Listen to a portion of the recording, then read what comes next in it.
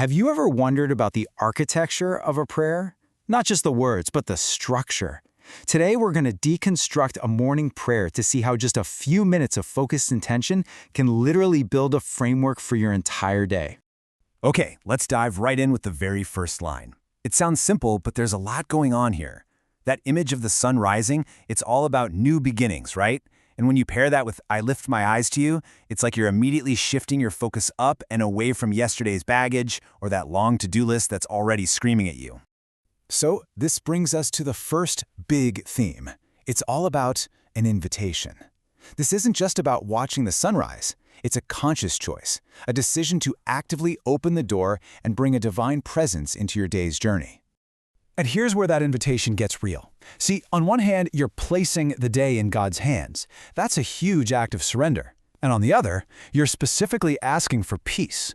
It's like you're making a trade, handing over your anxiety in exchange for peace, right at the start, before things get messy. Now that invitation flows right into our next key idea. Once you've made that connection, the prayer tackles the biggest hurdle we all face, right? The unknown. This whole section is about deliberately letting go of that need to control everything and instead choosing to trust. And what's so fascinating here is that this trust isn't just wishful thinking. It's anchored to a specific, powerful promise from Scripture.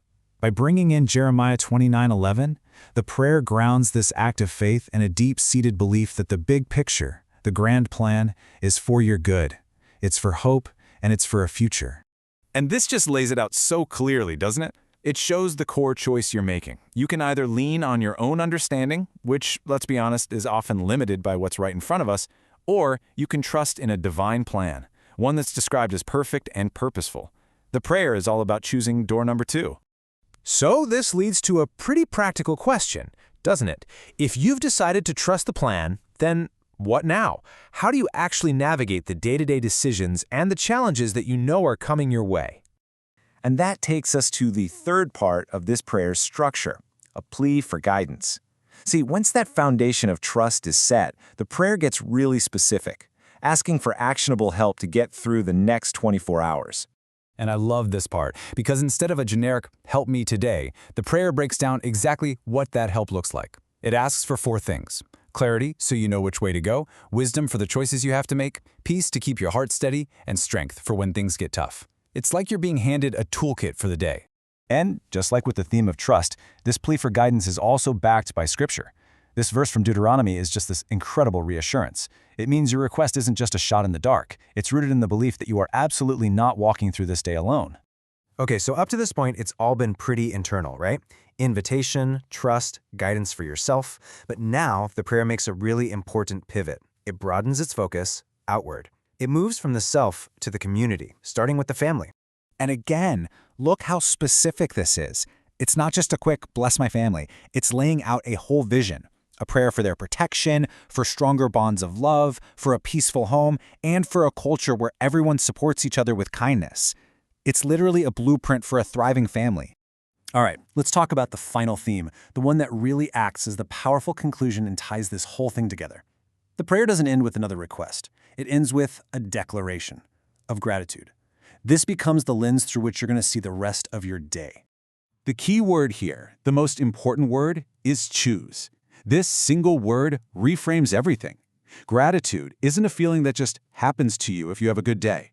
It's a proactive decision you make before you even know what the day is going to throw at you.